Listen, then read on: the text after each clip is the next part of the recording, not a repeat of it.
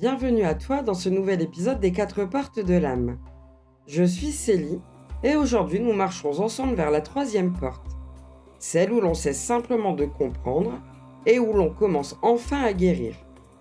La porte 3 est le passage intime où les mémoires transgénérationnelles se dénouent, où ceux qui pèsent dans la lignée trouvent enfin un chemin pour respirer, pour se transformer et pour se libérer.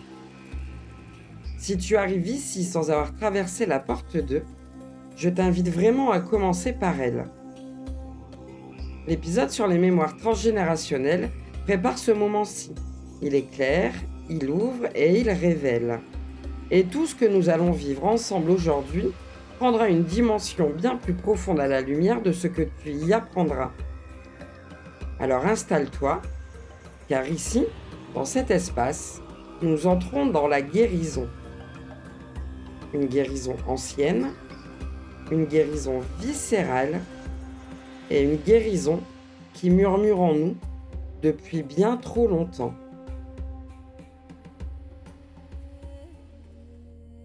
Après cette porte franchie, il est important de dire une chose très simple. La guérison dont nous parlons ici n'est pas spectaculaire. Elle ne ressemble pas à une révélation soudaine ni à un grand soulagement immédiat. Elle commence souvent dans quelque chose de beaucoup plus discret. Une fatigue ancienne qui devient consciente. Une lassitude profonde face à ce qui se répète. Un endroit en soi qui murmure silencieusement « Je ne peux plus continuer comme avant ». Guérir les mémoires transgénérationnelles, ce n'est pas chercher ce qui a dysfonctionné dans la lignée. C'est sentir très intimement ce qui continue à vivre en toi alors que cela n'a plus lieu d'être. C'est reconnaître que certaines émotions, certaines peurs, certaines réactions ne sont pas nées de ton histoire personnelle. Elles ont traversé le temps, elles ont trouvé refuge dans ton corps, dans ton système nerveux et dans ta manière d'être au monde. Souvent, cela se manifeste sans mots, par une vigilance permanente, par une difficulté à se reposer vraiment, par le sentiment de devoir tenir, assurer, comprendre, réparer, comme si quelque chose en toi savait qu'il n'avait pas le droit de lâcher. La première vraie étape de la guérison, c'est de ralentir suffisamment pour observer. Observer ce qui se déclenche en toi sans raison apparente. Observer les moments où tu te portes trop. Observer les situations où tu te sens responsable de ce qui ne t'a pas été confié. Et dans ces moments-là, introduire une question simple, presque murmurée à l'intérieur. Est-ce que cela m'appartient vraiment ou est-ce que je suis en train de porter pour la lignée ? Cette question n'attend pas une réponse claire. Elle agit comme une clé. Parfois, le corps se détend. Parfois, il résiste. Mais les deux sont des réponses. Guérir commence quand tu cesses de te juger pour ce que tu ressens. Quand tu comprends que porter n'a jamais été un défaut, mais une stratégie de survie héritée. Une manière autrefois nécessaire de maintenir l'équilibre. Et quand tu réalises que ce qui a été utile hier peut devenir un poids aujourd'hui. Un moment où l'on comprend que l'amour n'exige pas le sacrifice, que la loyauté n'exige pas la souffrance, que rester fidèle à sa lignée ne signifie pas continuer à souffrir à sa place. C'est ici que la guérison devient un acte. Pas un acte visible, mais un acte intérieur. Un mouvement très simple, mais très profond. C'est celui de rendre ce qui n'est pas à toi. Rendre ne veut pas dire rejeter, couper mais rendre. C'est reconnaître que certaines charges ne t'appartiennent pas et accepter de les déposer, sans colère, sans justification et sans mise en scène. Cela peut se faire dans le silence, dans un souffle plus long, dans une image intérieure, dans une phrase simple que tu te répètes quand le poids revient. Je rends ce qui ne m'appartient pas. Je garde ce qui est vivant pour moi. Ce geste peut sembler symbolique. Il est pourtant profondément physiologique. Le corps comprend très bien quand on cesse de lui demander de porter l'impossible. Mais souvent, juste après ce geste, quelque chose résiste. Une peur apparaît, la peur de trahir, de décevoir, la peur de ne plus être à la hauteur de ce qui était attendu. Cette peur fait partie du processus. Elle ne doit pas être combattue, elle doit être traversée. Guérir, ce n'est pas faire disparaître la peur, c'est ne plus lui obéir automatiquement.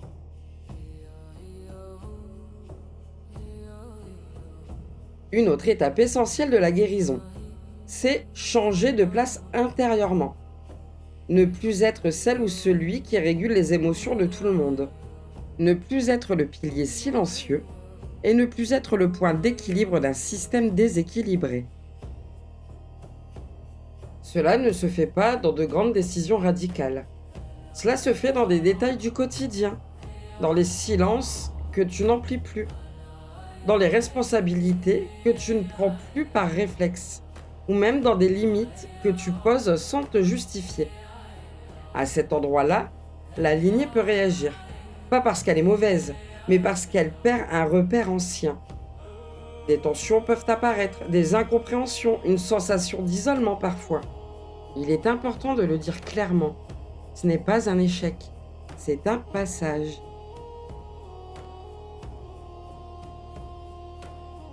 Guérir, c'est avant tout accepter de traverser une phase où l'on n'est plus à sa place ancienne sans être totalement installé dans la nouvelle.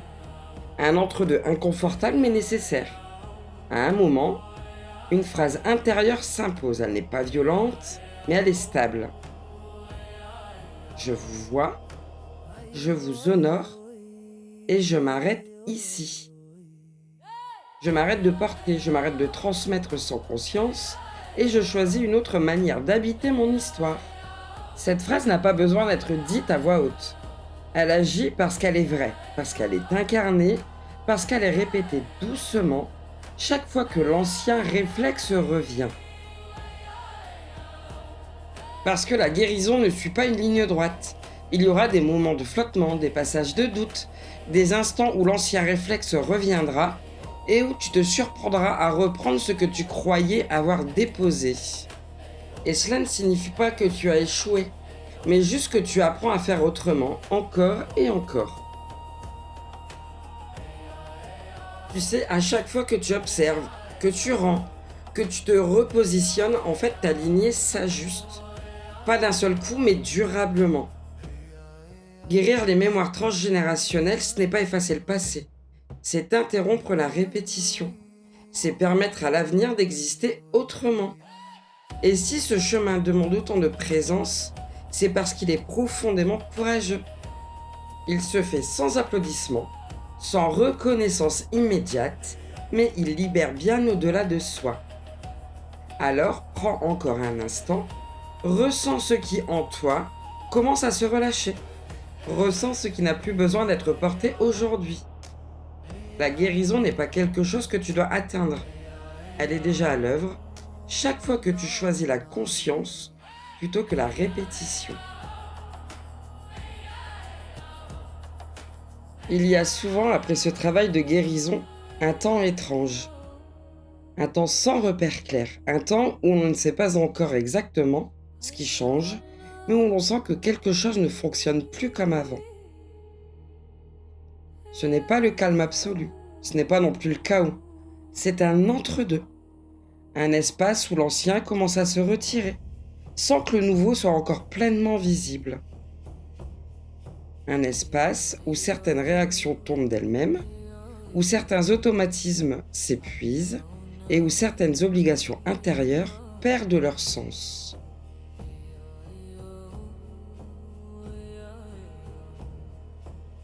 On peut se sentir un peu flottant à cet endroit, moins en lutte, mais pas encore totalement posé, moins chargé, mais pas encore entièrement libre. Et ça, c'est tout à fait normal. Parce que lorsque tu cesses de porter ce qui ne t'appartient pas, ton système intérieur a besoin de temps pour réapprendre à fonctionner autrement, pour réorganiser l'énergie, pour retrouver un axe qui ne soit plus construit sur la survie ou même la loyauté. Ce temps n'est pas un vide, c'est une gestation. Quelque chose se réajuste en silence. Quelque chose se prépare sans encore demander de forme précise, et c'est exactement pour cela qu'il n'y a rien à forcer ici, rien à comprendre de plus, rien à décider tout de suite. Juste rester présent ou présente à ce qui se défait et à ce qui commence à émerger.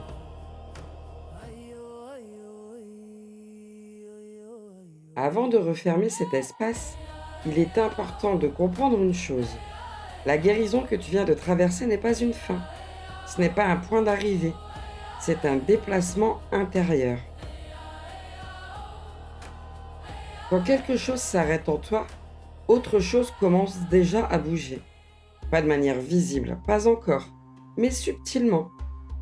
Il y a souvent, après la guérison, une sensation étrange. Comme si l'on ne se reconnaissait plus totalement dans l'ancien. Comme si certaines réactions ne répondaient plus. Comme si des choix devenaient impossibles à refaire. Ce n'est pas une perte, c'est juste un changement de posture. Guérir, ce n'est pas seulement déposer ce qui ne t'appartient pas, c'est créer de l'espace.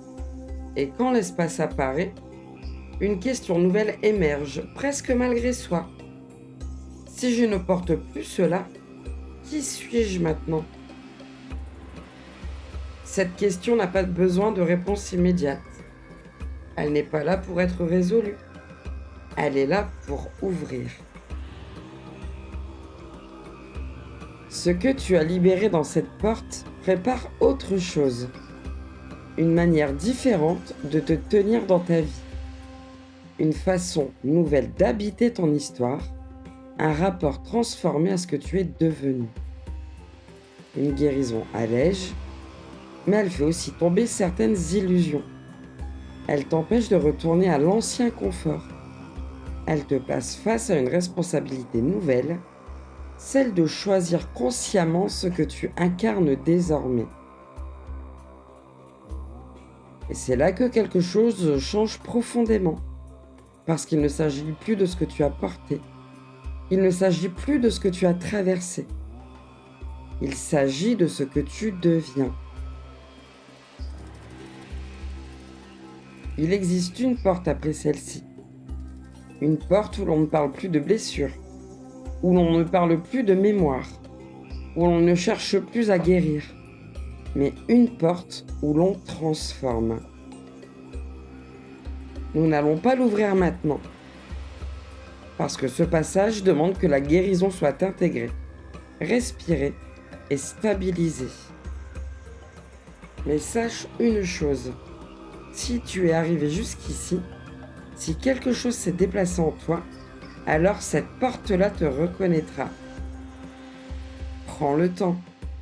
Laisse ce qui a été déposé se poser vraiment. Observe ce que tu ne peux plus faire comme avant et fais confiance à ce qui a commencé à émerger. Nous nous retrouvons bientôt pour ouvrir ensemble la 4e porte, celle de la transmutation. C'était Célie et tu viens d'écouter La magie des énergies.